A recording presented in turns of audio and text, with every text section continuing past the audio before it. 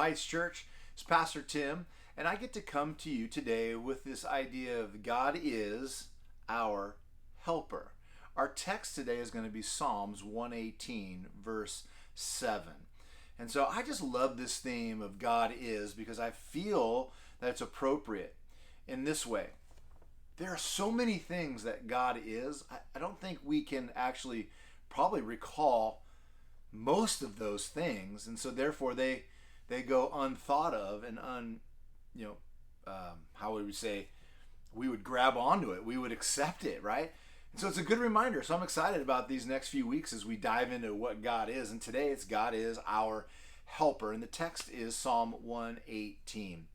There are a ton of verses all throughout Scripture. Matter of fact, a quick Google search would say there are probably over 100 verses that talk about God as our helper. But let's be honest, sometimes when we think about help, we think of it comes kind of in three forms, right? First, we want help, and it comes, and it's great, and it's wonderful.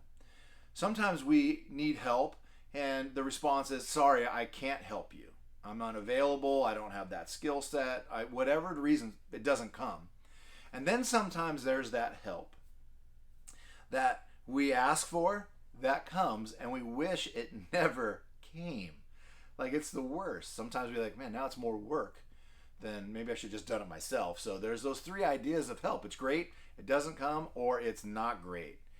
What I love about help of the Lord is that here's some things that I see of it. But let me read the text and then just kind of share with you some encouragement of what help from the Lord is and can look like in your life. So let me read to you Psalms chapter 18, verse 7. It simply says this: yes, the Lord is for me. I love it. Yes, He is for me. He will help me, period. He will help me. Not He might, if He gets around to it, or if He's available. He will help me. When I was younger, I was very newly married. Man, I had zero boundaries and healthy balance when it came to doing ministry and being a husband and a father. Like, I was always doing ministry, always at the church, always doing stuff with students, not making time to be with my family. And so my senior pastor said to me, hey, Tim, we see this area in your life and we want to help. So we're going to send you to a counselor to help you manage and get balance and kind of figure out boundaries in your life. Well, I wasn't really excited about that kind of help. You know, I was younger and I thought, I'm doing great. I don't have any problems. So I went to the counseling session and I sat in that room, and here's me in that counseling session. Right? Super inviting, right? Like, oh, I'm ready to have a conversation.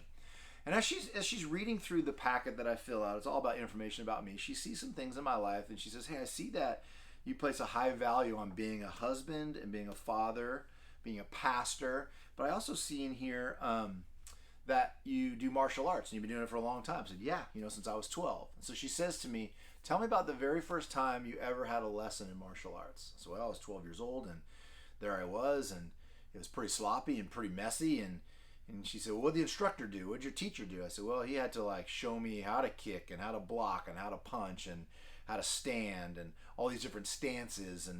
And it was very difficult. And it was hard. She goes, did it come naturally? I said, well, some did, but I had to work really hard at it. And he goes, what role did your instructor play up until now, where you hold a couple of different degrees and black belts? And I said, well, he's taught me this whole way. She said, now you're an instructor, right? So you would say you're pretty proficient. I guess so, yeah.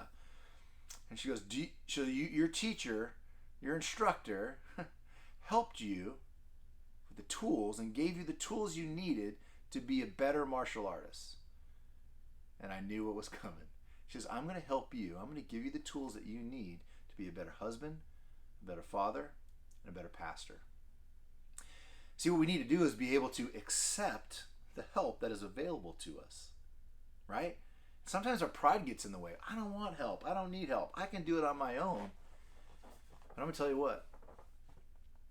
That time with that counselor changed everything for me. I'm not sure I'd be in ministry. I'm not sure how healthy my ministry or my marriage would be, or as a father, how good a job I'd be doing as a father if I didn't have that time where I received the help available to me.